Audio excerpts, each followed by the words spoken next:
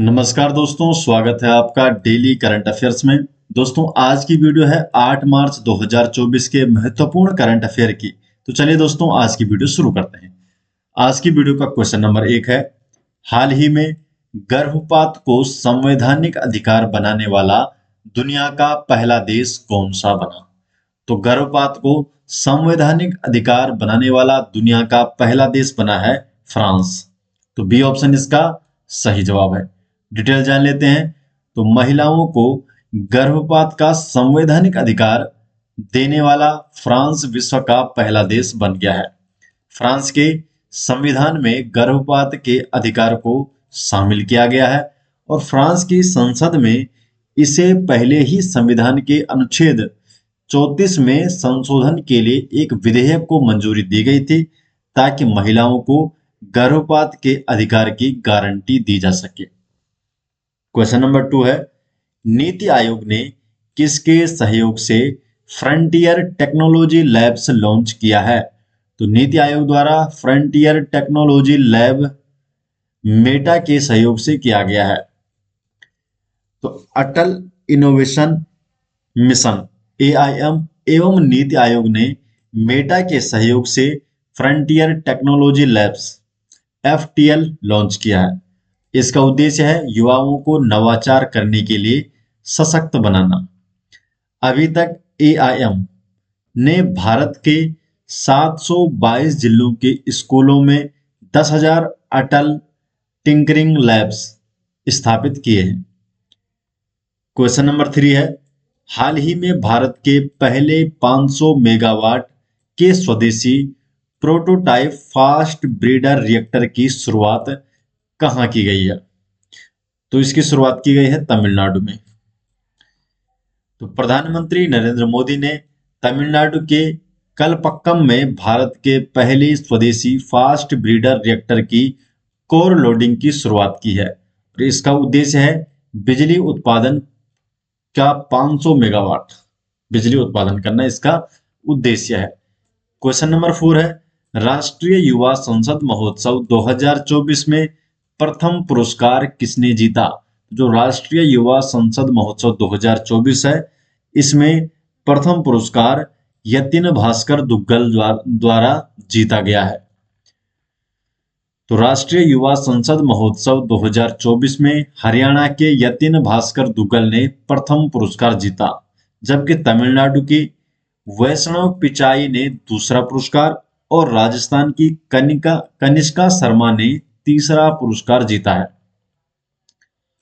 Question number 5 है, हाल ही में चक्षु पोर्टल किसके द्वारा लॉन्च किया गया है? तो जो चक्षु पोर्टल है, तो इसे सूचना एवं प्रसारण मंत्रालय द्वारा लॉन्च किया गया। तो सूचना एवं प्रसारण मंत्रालय द्वारा चक्षु पोर्टल लॉन्च किया गया। सरकार ने संचार मित्र के अंतर्गत चक्षु पोर्टल की शुरुआत की और इसे लॉन्च किया है सूचना एवं प्रसारण मंत्रालय द्वारा। क्वेश्चन नंबर 6 है, हाल ही में बिम्स्टेक संकाय विनिमय प्रोग्राम कहाँ आयोजित हुआ? जो बिम्स्टेक संकाय विनिमय प्रोग्राम है, तो इसका आयोजन ढाका में किया गया। तो ढाका में इसका आयोजन किया गया है। सी ऑप्शन इसका सही जवाब है। डिटेल जान लेते हैं। तो बांग्लादेश की राजधानी ढाका में पहली बार बिम्स्टेक संकाय विनिमय कार्यक्रम की शुरुआत हुई। जो बिम्स्टेक है, इसकी फुल फॉर्म है bay of Bengal initiative for multi sectoral technical and economic cooperation. BIMSTEC एक क्षेत्रीय बहुपक्षीय संगठन है तथा बंगाल की खाड़ी के तटवर्ती और समीपवर्ती क्षेत्रों में स्थित जो देश हैं, इसके सदस्य हैं और ये क्षेत्रीय एकता का प्रतीक है।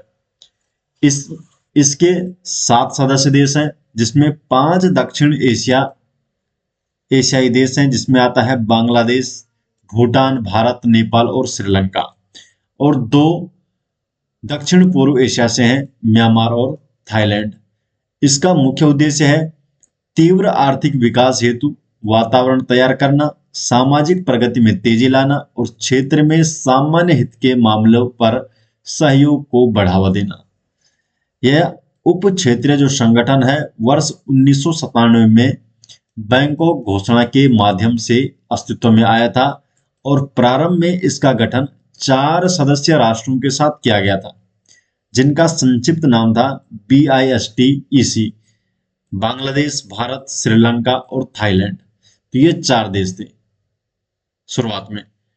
वर्ष 1997 में म्यांमार के शामिल होने के बाद इसका नाम बदलकर BIMSTEC कर दिया गया और 2004 में जब नेपाल और भूटान इसमें शामिल हुए तो इनके शामिल होने के बाद संगठन का नाम बदलकर bay of Bengal initiative for multi sectoral technical and economic cooperation BIMSTEC रखा गया 2004 के बाद।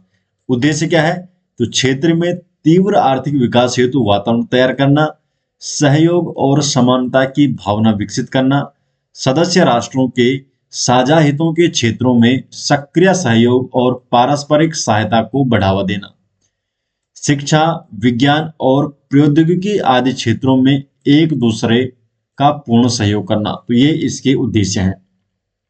क्वेश्चन नंबर 7 है, हाल ही में किस देश ने अपनी मुद्रा का अवमूल्यन किया है?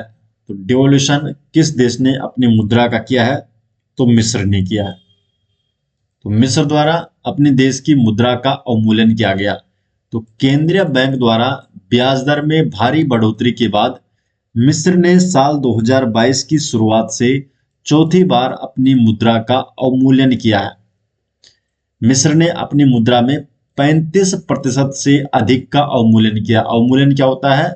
जो मुद्रा की वैल्यू है उसमें कमी करना।